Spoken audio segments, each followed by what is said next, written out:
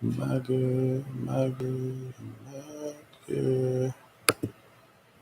You way big mugger.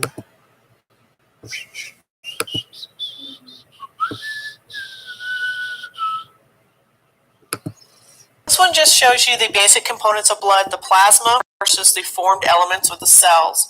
Now remember, blood is a connective tissue, so we're going to have the plasma, which is that non-living matrix, and the formed elements, which are the cells. The image here is actually an interesting image. That's what it looks like whenever you do a hematocrit. You may see this in labs if you've ever given blood. Table 29.1 is going to be real important for this one. I could ask you how many red blood cells do we have on an average person? I can ask you what are granulocytes, what are agranulocytes, is going to appear with a parasitic worm, what kind of red or white blood cell is going to not be able to kill, so who is a phagocyte, who is not a phagocyte. So there's a lot of word questions that will come from Table 29.1. Plus, as we look at the cells, I might ask you those questions as we point to that cell. Okay. Now, there's a handout online for blood. The handout online is dealing with blood testing. So how to do a white blood cell count, red blood cell count, so on and so forth. So again, know that chart. I could ask you, what tool do I use to do a hematocrit? Or what is the average amount of red blood cells a male is going to have? You will have at least one question where I give you the blood work of a patient and if they are male or female. And then I'll also need to know if they're sick or healthy or what could be going on with them. So you'll need to know that handout forwards and backwards, along with the information for blood typing within that handout. 29.2 is how to make a slide. Don't do that. You may or may not have microscopes at home, depending on, I guess if you're an uber nerd, you might have a microscope, but don't do it.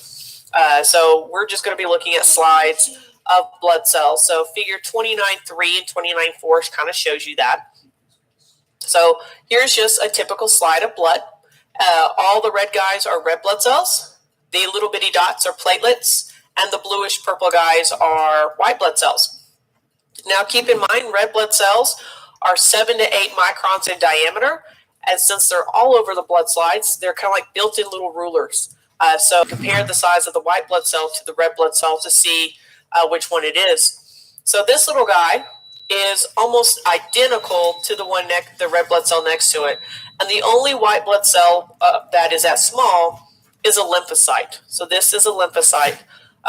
With lymphocytes, again, they can be 5 to 17 microns in diameter. The big ones are usually in the lymphatic system. So the ones that we see in blood and the ones I will show you are all going to be small. So that's going to be your first hint that this is a lymphocyte.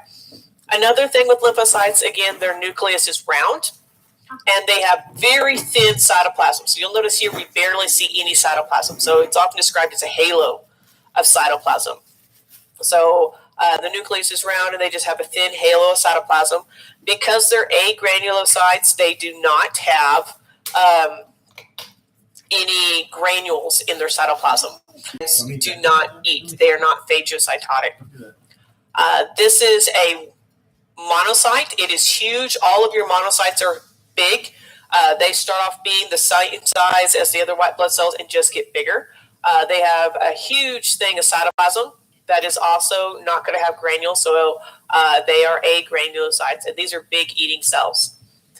Now, these cells, we're going to ignore them for lab, but in lecture, we'll talk about bands or rods. These are immature neutrophils. So it's kind of like if you're 17 or 18, you might have a job, and technically you're an adult, you can vote, but we don't expect 18-year-olds to have a career and own their own home and have retirement plans and so forth. They're adults, but they're not like a 40-year-old adult. That's kind of how these little immature neutrophils are. They're neutrophils, but they're not really ready to deal with life yet. Okay. this slide, again, we're going to have red blood cells. We have platelets, the little dots, and that has a really big monocyte, so big clear cytoplasm. Here again, red blood cells. We have our platelets, the little dots.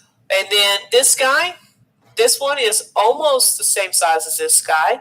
He has a very big nucleus, a little halo of cytoplasm. That is a lymphocyte. This guy and this guy, these are neutrophils. So neutrophils have really lowy nuclei, so 3 to 5 lobes. So this one looks like honestly, it looks like a set of kidneys and a bladder. This one looks like he's happy to be here. Lots of lobes, so those are neutrophils.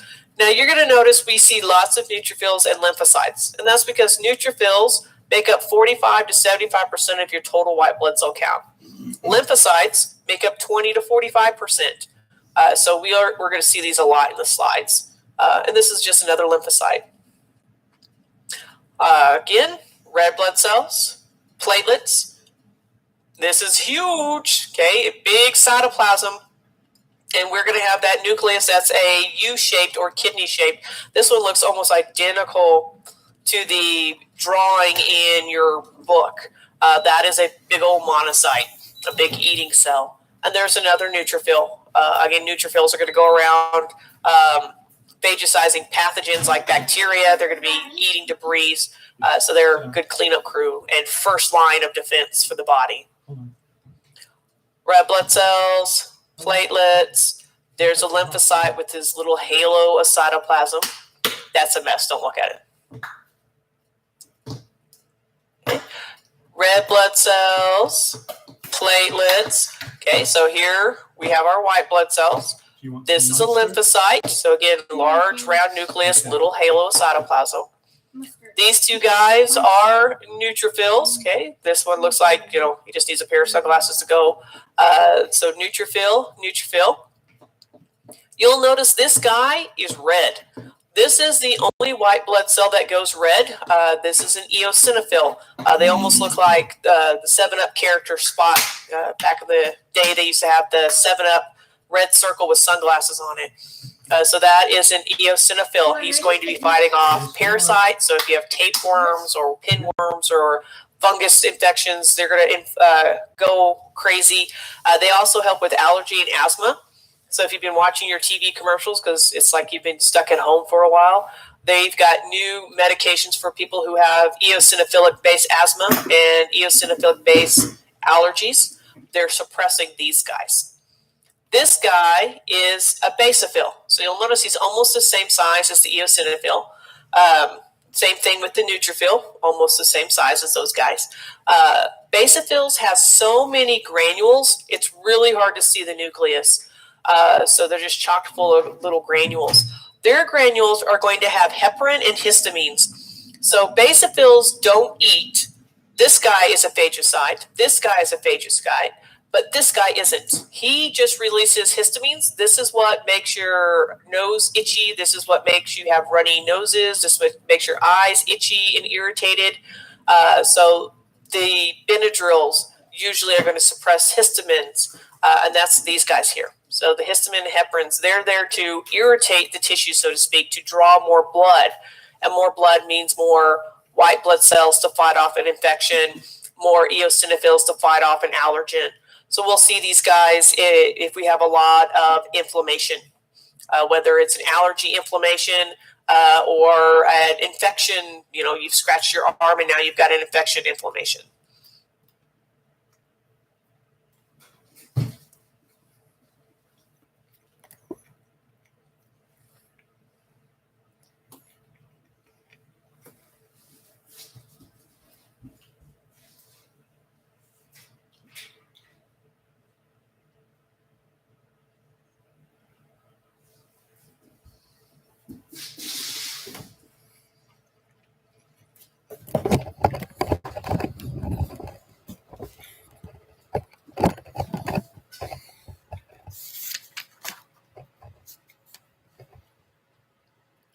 Leukocytes.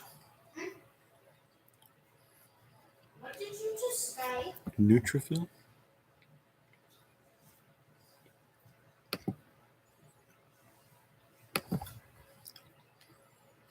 So red blood cells, platelets, there's a monocyte. It even looks like an M for monocyte, but huge cytoplasm with no granules. There's an eosinophil, again, the only guy that goes red. We have red blood cells, we've got platelets, we've got this screaming looking neutrophil over here. Okay. Figure 29.2, again, we're not doing our own blood, don't look at it. 29.3 and 4, we've just gone through. When we look at the different testing, the first thing that we can use for blood testing is a hemocytometer. So it's a special slide used to count blood cells. You can actually kind of see it with the photograph. It has a grid built in on it.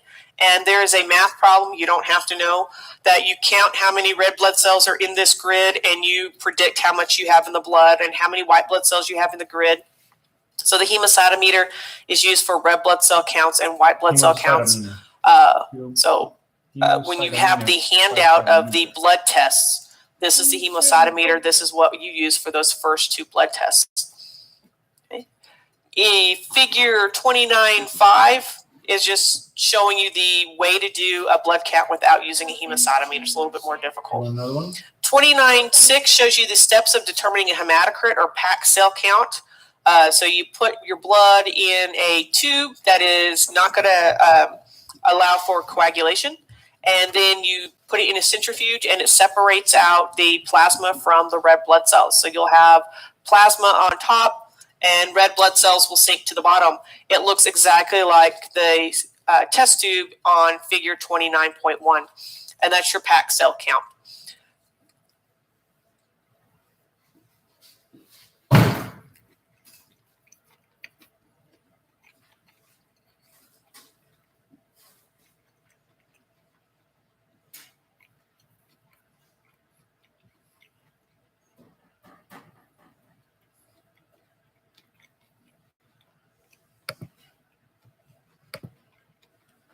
The next image is using a hemoglobinometer, so 29.7.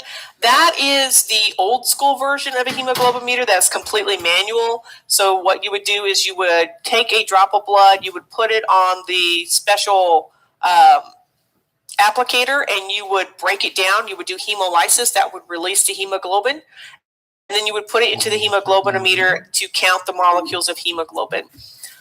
This is an electronic hemoglobinometer.